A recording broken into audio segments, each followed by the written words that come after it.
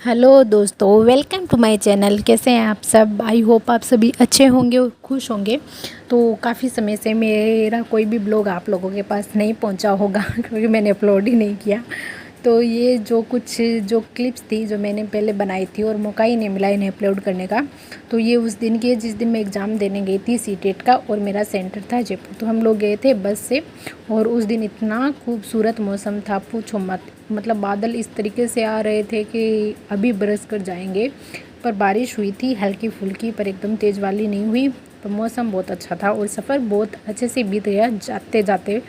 और एग्ज़ाम देने गया वो वक्त तो अच्छे से गुजर गया। उसके बाद हम एग्ज़ाम देकर वापस आए। उस वक्त थोड़ा ज़रूर मतलब गर्मी थी, और स्कूल के आगे कोई अच्छी व्यवस्था नहीं थी वैसे रुकने की कुछ भी, और पेड़ पौधे भी बहुत कम थे जहाँ पर बैठा जा सके आराम से। पर कोई बात नहीं, हमें पेपर दे के आना था और हम आगे आते वक्त भीड़ थी। अब आजकल हर पेपर में ही भीड़ मिलती है, ऐसा कोई भी एग्ज़ाम नहीं है कि आप जाओ और आपको भीड़ ही ना मिले। तो हर पेपर में भीड़ थी। और एग्ज़ाम का बताऊं तो आप लोगों को लड़कों से ज़्यादा लड़कियों की भीड़ थी। और अभी जो ये 50% आरक्षण किया गया है ना, मुझे लगता है ये बहुत ही मतलब सही है। अगर आप एग्ज़ाम सेंटर में जाके देखो ना, तो मतलब इसमें तो रियल में बता रही हूँ, हमारे फर्स्ट लेवल वाले में तो है ना, लड़कों से ज़्यादा सच में लड़कियों की बहुत ज़्यादा भीड़ है यार। बहुत ज़्यादा लड़कियाँ हैं कंपटीशन में। तो वो था। और उसके बाद हम एग्ज़ाम देकर आ गए। ट्रेन से आए थे तो उसमें भीड़ थी। फिर उसके बाद में आके मैंने तय किया कि अब आगे का क्या प्लान करना है, क्योंकि अभी सीटेट की वजह से 15 या 20 दिन तक जो भी शेड्यूल था मेरा वो रुका हुआ था। तो उसको कैसे कंटिन्यू किया जाए और किस प्रकार से अब आगे और बढ़ा जाए। तो फिर मैंने अभी जो मेरी पीछे की चीज़ें जो मैंने छोड़ रखी थी, 10-15 दिनों से छूट चुकी थी जो, तो फिर मैंने पढ़ना शुरू किया। हिस्ट्री मेरी रह चुकी थी। मैं मानसिंह तक पढ़ चुकी थी। मैं कछुआ है राजवंश को पढ़ रही थी, उसमें मैंने मानसिंह तक पढ़ लिया था और आगे का वो रह गया था।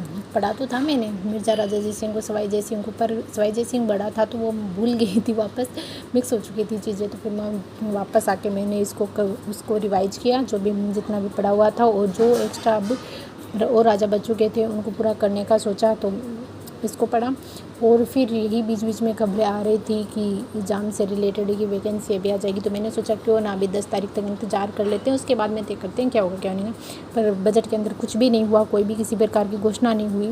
तो फिर मैंने सोचा चलो बजट में तो घोषणा हुई नहीं, तो हम अपनी तैयारी करते हैं, और कुछ नहीं तो जीके को तो कंप्लीट करते हैं। तो फिर अब मैं जीके कंप्लीट करने के लिए मैंने अपना एक शेड्यूल बनाया है, जिसके अंदर अभी मैं रोज़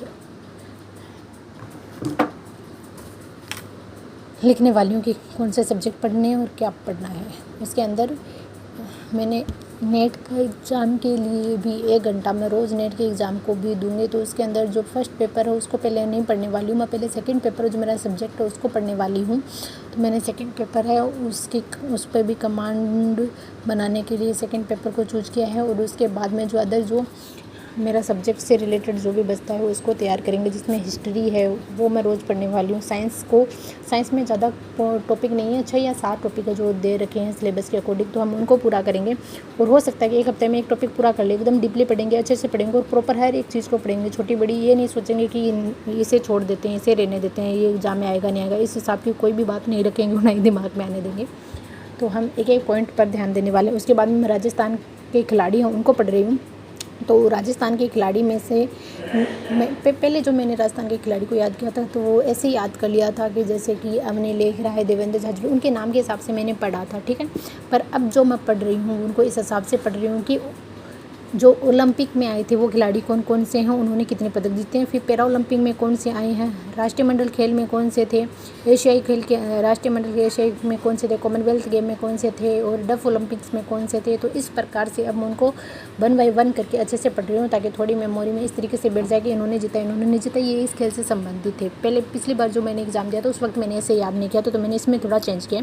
उसके बाद साइंस के अंदर जो मैं पढ़ रही हूँ वो कोशिका पढ़ रही हूँ, और साइंस में कोशिका को पढ़ने की कोशिश कर रही हूँ। तो साइंस में कोशिका के लिए मैंने अभी जो खान सर के नोट्स हैं उनसे मैं पढ़ रही हूँ, तो जो अमेज़ॉन से ऑर्डर करके मंगवाए हैं इन नोट्स को। और इसमें ना खान सर के नोट्स में आप लोग अगर चाहेंगे तो मैं सभी नोट्स को डाल दूँगी। तो इसमें नोट्स मंगवाए गए हैं, पॉलिटिकल के नोट्स मंगाए हैं, ज्योग्राफी के नोट्स हैं, हिस्ट्री के नोट्स हैं, साइंस के नोट्स हैं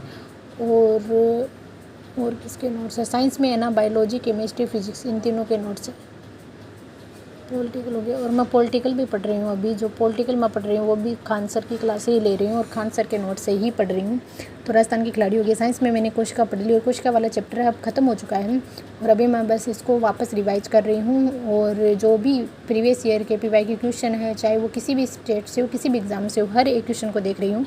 उसके बाद में मैंने कल्चर स्टार्ट कर रखा है। तो कल्चर के पहले जो मैं पढ़ रही थी, कल्चर के अंदर तो मैंने लोकगीत, लोक नृत्य और लोक नाट्य ये सब मैंने पहले कवर कर लिया था। तो अब मैं इनको वापस रिवाइज भी नहीं कर रही हूँ, एक बार मैंने इसको छोड़ दिया। और अभी मैंने स्टार्ट किया है लोक संत और संप्रदाय हो गया, उनको शुरू किया है। और संत और संप्रदाय में अभी मैंने स्टार्टिंग में बस यही पढ़ा है कि निर्गुण से रिलेटेड कौन से हैं और सगुण से रिलेटेड कौन से हैं, ठीक है। और कहाँ से शुरू हुई भक्ति आंदोलन, कहाँ तक पहुँचा, ये जो बेसिक है इन्फॉर्मेशन है सिर्फ उसी को ही याद किया है। और उसके बाद में इंडियन ज्योग्राफी में शुरू की थी मैंने स्टार्टिंग में, फिर मैंने इंडियन ज्योग्राफी को रोक दिया है।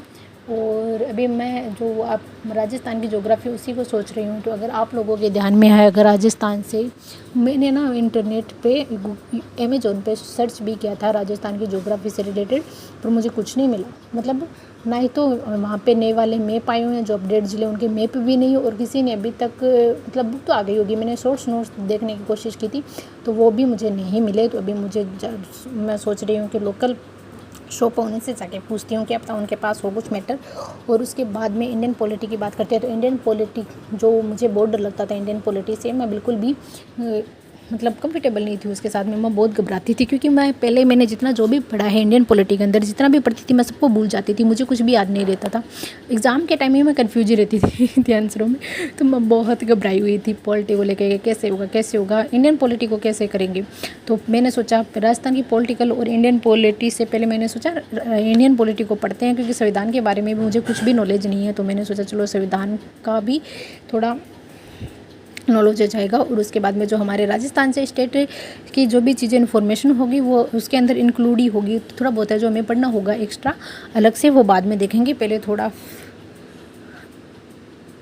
कनेक्ट हो जाते हैं हम इससे। तो फिर मैंने इंडियन पॉलिटी को शुरू किया, तो जिसके अंदर खान सर की क्लासें ली हैं मैंने। और खान सर ने इतने अच्छे से पढ़ाया कि मुझे सब कुछ अच्छे से याद हो गया है कि कितनी भाषा है, कितने अनुच्छेद है, कितनी अनुसूचियाँ, 12 की 12 अनुसूचियाँ उन्होंने याद करवा दी है। राज्य का संघ है, वेतन है, शपथ है, राज्यसभा है, SC ST प्रावधान है, पूर्वोत्तर असम, मेघालय, त्रिपुरा, मिजोरम है, शक्तियों का विभाजन किया गया है, 8 में भाषा है, 9 में भूमि सुधार है, 10 में दल बदल है, 11 में पंचायती राज है और 12 में नगर पालिका है। इस तरीके से उन्होंने ये जो 12 अनुसूचियाँ हैं वो याद करवा दी। उसके बाद में उन्होंने भाग फर्स्ट को याद करवाया था, उसके बाद में भाग फर्स्ट को याद करवाया है। और भाग फर्स्ट के बाद में बात करते हैं भाग सेकंड की, नागरिकता याद करवाई है। भाग थर्ड में मूलाधिकार है, वो पूरे मूलाधिकार 12 से लेकर 35 तक उन्होंने बहुत अच्छे से समझा दिए हैं। उसके बाद में जो मूल कर्तव्य आते हैं हमारे, जो जोड़ा गया है 51 के अनुसार, उनको भी अच्छे से समझा दिया। अब मेरा भाग 5 है, 4 में जो नीति निर्देश तत्व है वो भी पढ़ा दिया है उन्होंने।